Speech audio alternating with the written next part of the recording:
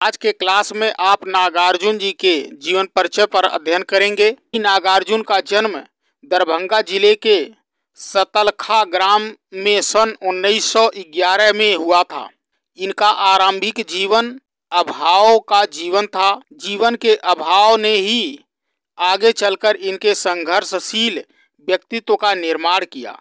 व्यक्तिगत दुख ने इन्हें मानवता के दुख को समझने की क्षमता प्रदान की। इनके जीवन की यही रागनी इनकी रचनाओं में, कविताओं में ये अत्याचार पीड़ित त्रस्त व्यक्तियों के प्रति सहानुभूति करके ही संतुष्ट नहीं हो गए, बल्कि इन्होंने अनीति और अन्याय का विरोध करने की प्रेरणा भी दी।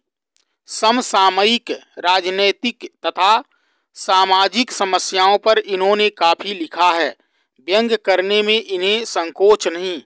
तीखी और सीधी चोट करने वाले ये अपने समय के प्रमुख व्यंग्यकार थे। इनकी रचनाओं पर उत्तर प्रदेश का भारत भारती, मध्य प्रदेश का कबीर तथा बिहार के राजेंद्र प्रसाद सम्मान प्राप्त हुए। 1965 में साहित्यिक अकादमी पुरस्कार और 1994 में साहित्यिक अकादमी फेलो के क्षेत्र में नामांकित कर सम्मानित किया गया।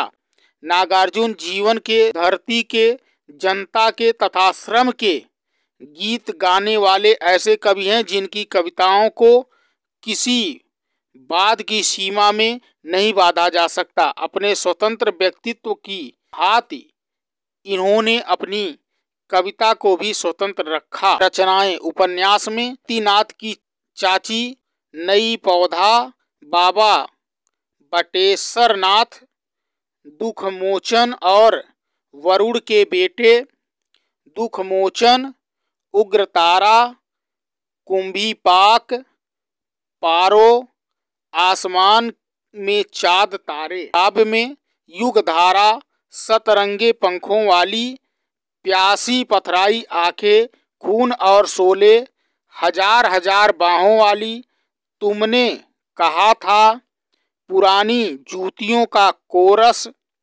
आखिर ऐसा क्या कह दिया मैंने, इस गुबार की छाया में, ओम मंत्र, भूल जाओ पुराने सपने, रत्न गर्भ खिचड़ी, विप्लव देख हमने, तालाब की मछलियां। मैथिली रचनाएं: चित्रा, पत्रहीन, नग्न, गाछ कविता संग्रह, पारो, तुरिया उपन्यास।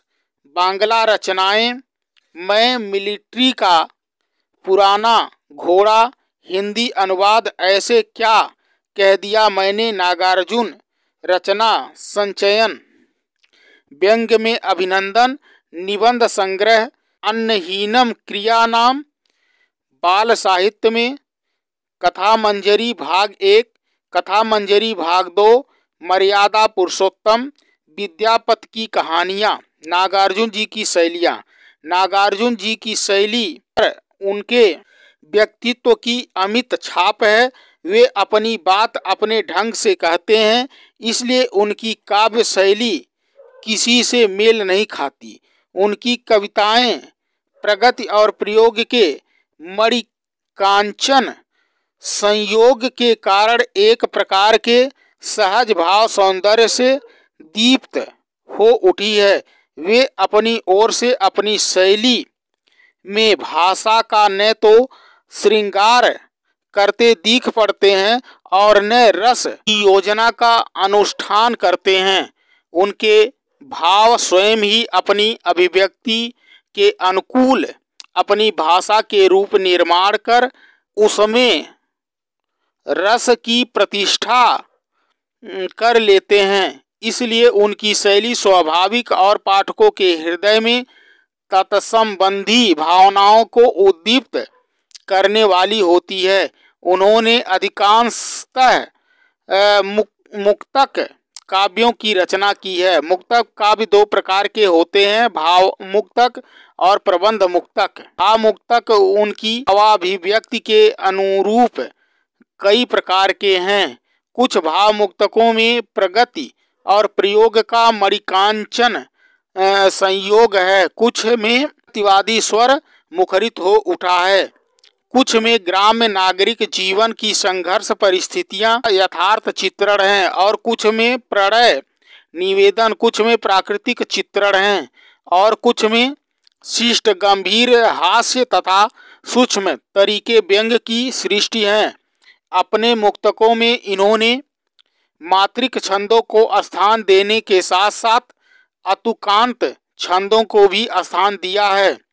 युग धारा में उनकी काव्य शैली की समस्त विशेषताएं देखी जा सकती है। उनकी काव्य शैली में न तो अलंकारों का प्रयोग के प्रति विशेष आग्रह है और न ही रस परिपाक के प्रति।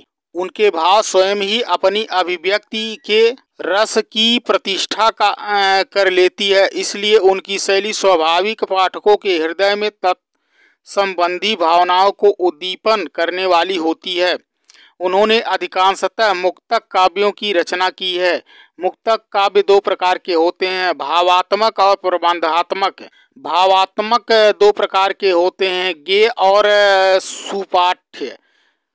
नागार्जुन की अधिकांश भाव मुक्तक सुपाठ्य है। उन कुछ भाव मुक्तकों में प्रगति और प्रयोग का मणिकांचन संयोग है, कुछ में प्रगतिवादी स्वर मुखरित हो उठा है, कुछ में ग्राम्य और नागरिक जीवन के संघर्ष परिस्थितियों का यथार्थ चित्रण है, कुछ में मात्रिक छंदों को स्थान देने के साथ अतुकांत छंदों को भी स्थान मिला है। धारा में उनकी काव्य शैली की समस्त विशेषताएं देखी जा सकती हैं। उनकी काव्य शैली में न तो अलंकारों के प्रयोग के प्रति विशेष आग्रह है और न रस परिपाक के प्रति। फिर भी अलंकारों में उपमा, उत्प्रेक्षा, अनुप्रास आदि अनेक उदाहरण मिलते हैं। रसों के श्रृंगार, करुण, हास और वीर, रौद्र, शांत आदि की सृष्टि स्वाभाविक ढंग से हुई है।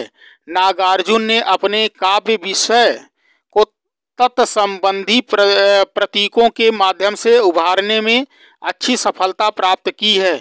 उन्होंने अपने स्वतंत्र व्यक्तित्व की भांति अपनी काव्य शैली को भी स्वतंत्र रखने की चेष्टा की है। नागार्जुन जी की भाषा अधिकांशतः लोक निकट है, इसलिए उनकी भाषा सहज, सरल, सुबोध, स्पष्ट, स्वाभाविक और मार्मिक भाषा डालने वाली है।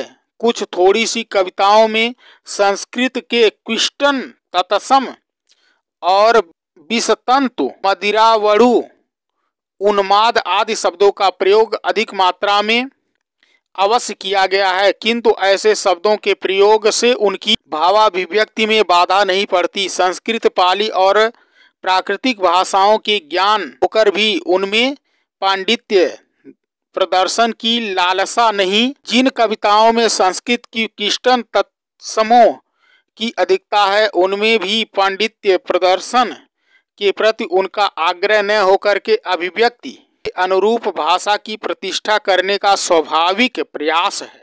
उन्होंने अपने भाषा में तत्सम तथा ग्रामीण शब्दों का भी यत्र तत्र प्रयोग किया है, किंतु ऐसे शब्द उनकी भावाभिव्यक्ति के बाधक न होकर के उनमें एक विविध प्रकार की मिठास उत्पन्न करते हैं। कुछ कवियों को छोड़कर उन्होंने अपनी शेष कविताओं में लोकमुख को वाड़ी दी है। उनकी भाषा में न तो शब्दों की तोड़ मरोड़ है और न उन पर मैथिली का प्रभाव। इसी के साथ नागार्जुन जी का जीवन परिचय पूर्ण होता है। आप इस चैनल को लाइक, सब्सक्राइब एवं शेयर करें, जिससे अन्य लोग भी लाभान्वित हों। धन्यवाद।